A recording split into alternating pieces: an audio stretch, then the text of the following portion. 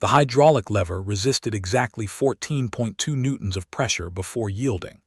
Commandant Thran felt the resistance travel up through his crystalline bone joints, a low vibration that rattled across his chest plates. Inside Isolation Ring 3, 24 senior supervisors leaned over the transparent barriers, their wager accounts already lighting up with the algorithmic predictions of a routine washout. 42 armored Vanguard recruits flanked the human specimen at the center marker. Kara Vance stood motionless, her frame barely 1.58 meters, her skeletal architecture so fine that Thran's thermal scans registered her as barely life-bearing at all. No kinetic pressure suit, no thermal wrap, no adaptive gel layer. She wore only a canvas training vest and standard academy undergarments. "Cadet Vance," Thran transmitted, his neural sacs glowing with a steady silver. "The barometric floor will drop to 0.03 units in 9 seconds. Your biological density cannot support those pressure differentials unarmored. Withdraw now or forfeit your acceptance." Kara reached into her hip pocket and withdrew a piece of cheap plastic, the kind sold at transport hub gift shops for 4 credits. She snapped the green-tinted visor band over her brow, the elastic catching briefly on her dark fiber hair. "We're good, officer," she said, her voice entirely free of the barometric tremors that characterized fear in most species. "Proceed when ready." 14 cycles Thran had run this test. 47 total candidates subjected to the Level 9 gauntlet. 42 had breached the 12-second baseline. The other 5 had forfeited before the first pressure drop. None had stood unarmored. None had smiled.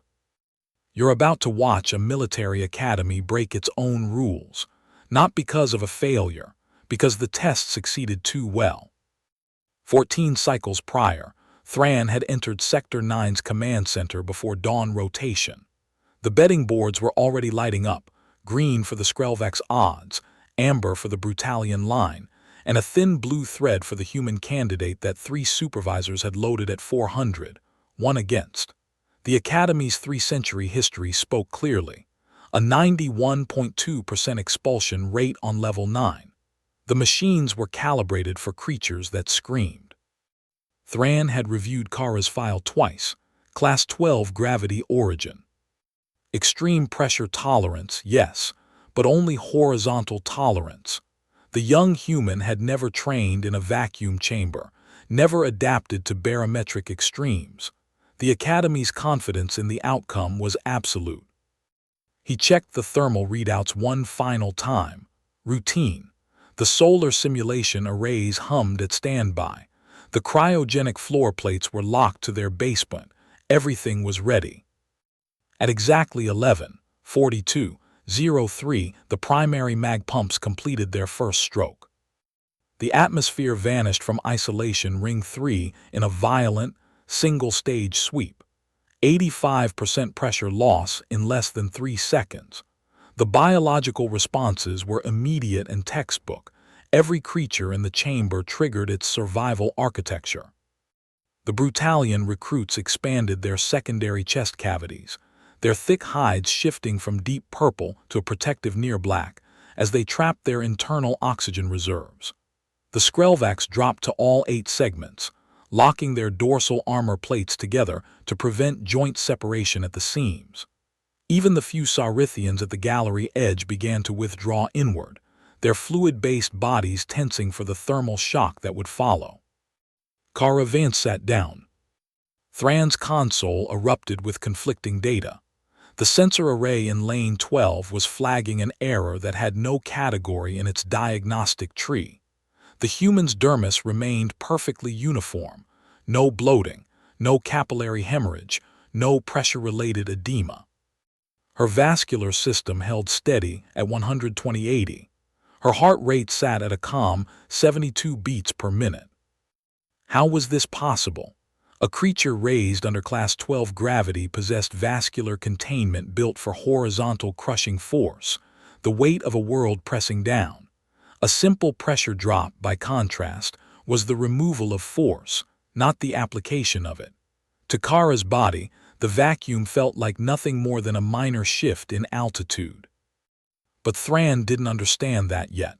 Not fully. He only understood that the diagnostic terminal wasn't reporting an injury. It was reporting a lack of category. "Engage the solar simulation arrays," Thran ordered, his voice flattening as his neural sacs flickered toward an uncertain amber.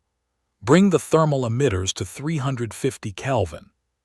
Drop the floor temperature to absolute zero. If her tissue won't expand, let us see how her liquid balance handles the solar radiation of a stripped system."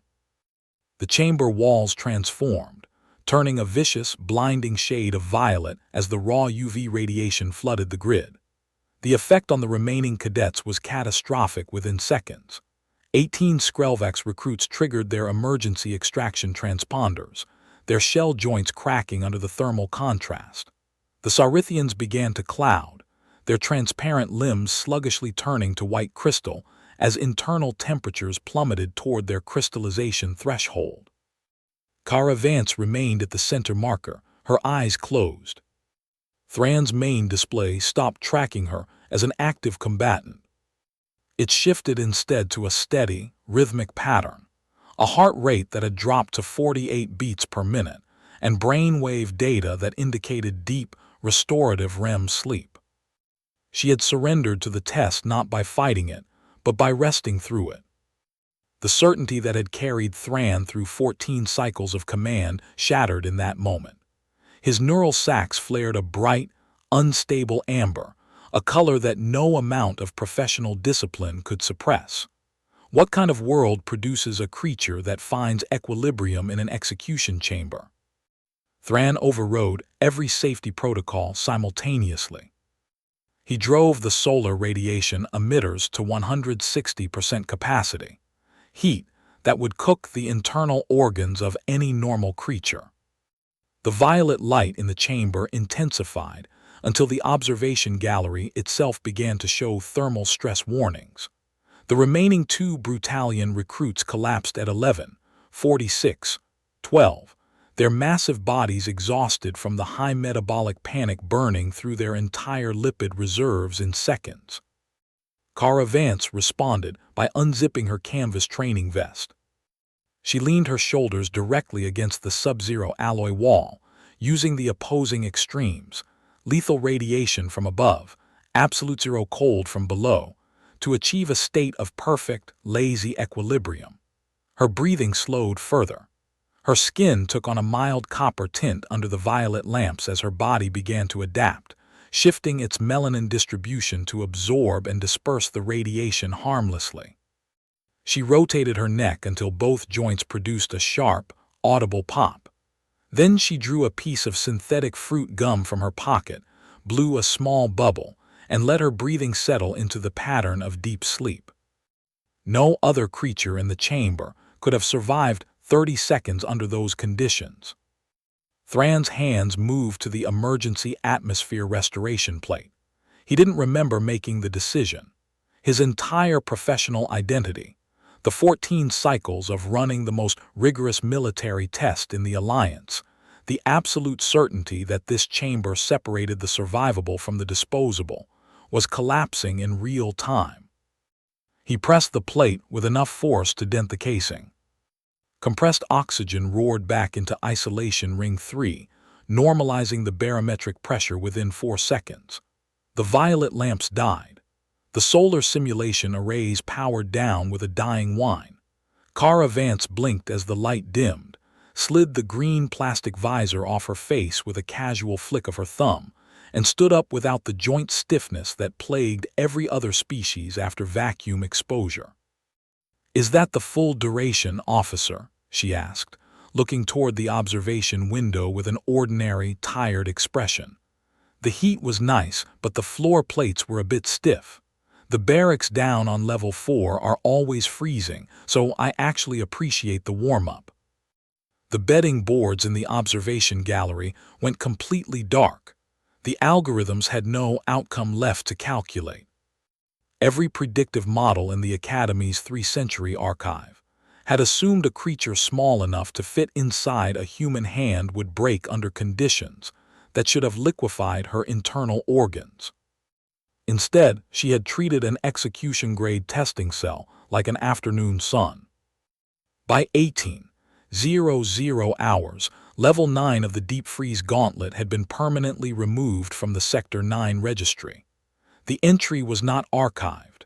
It was deleted, classified away into the restricted amendment files with a security lock that required consent from the High Tribunal itself.